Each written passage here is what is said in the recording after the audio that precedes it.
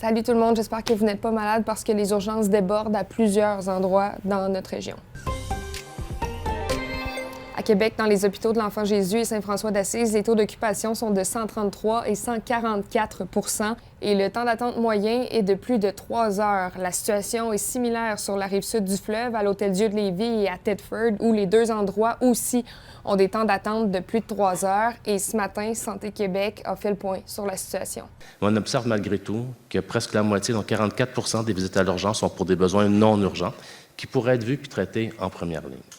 Il y a d'autres options qui sont offertes, donc la ligne 811, Info Santé, les guichets d'accès première ligne, les pharmaciens, évidemment, les médecins de famille, comme je viens de mentionner, et les CLSC. Il faut dire que les taux d'occupation sont similaires à janvier 2024, mais d'ailleurs, les visites aux urgences pour la grippe sont moins importantes que l'an dernier, mais Santé Québec s'attend à quand même voir une certaine augmentation au cours des prochaines semaines.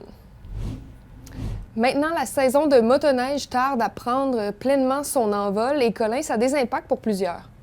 Vous savez que dans la grande région de Québec, il y a bien des entrepreneurs qui dépendent de la motoneige pendant l'hiver pour vraiment le bien de leur entreprise. Et il y en a qui trouvent ça difficile cette saison-ci.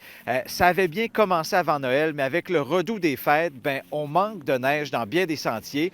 Alors là, on voit des sentiers. On est dans le secteur de Charlebourg présentement où on voit qu'il n'y a pas beaucoup de neige, là. Il y a du gazon, on peut voir de l'herbe. Et ça paraît dans d'autres secteurs également. Donc, il y a des entrepreneurs qui cherchent à diversifier leurs activités, là, aller chercher d'autres activités. Et il y en a d'autres qui attendent impatiemment la neige. C'est un peu le genre d'hiver qu'on voit de plus en plus. En terminant, on s'en va à Las Vegas. Marie-Audrey est là-bas pour le Consumer Electronics Show. Ça fait 4 fois qu'elle va à cet événement-là parce qu'elle collabore à l'émission Planète Techno. Marie-Audrey, comment ça se passe? Alexandre, le CES, c'est le plus gros salon techno au monde. L'an passé, plus de 138 000 visiteurs, plus de 4 000 exposants et c'est de la même ampleur cette année.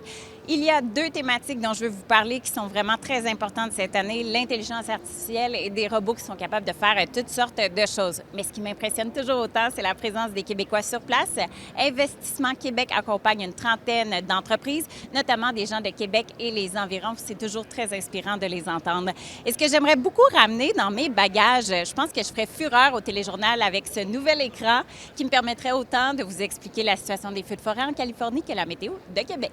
Hey, c'est vraiment cool. Peut-être qu'un jour, on aura ça sur le plateau du téléjournal. Voilà, bon week-end tout le monde.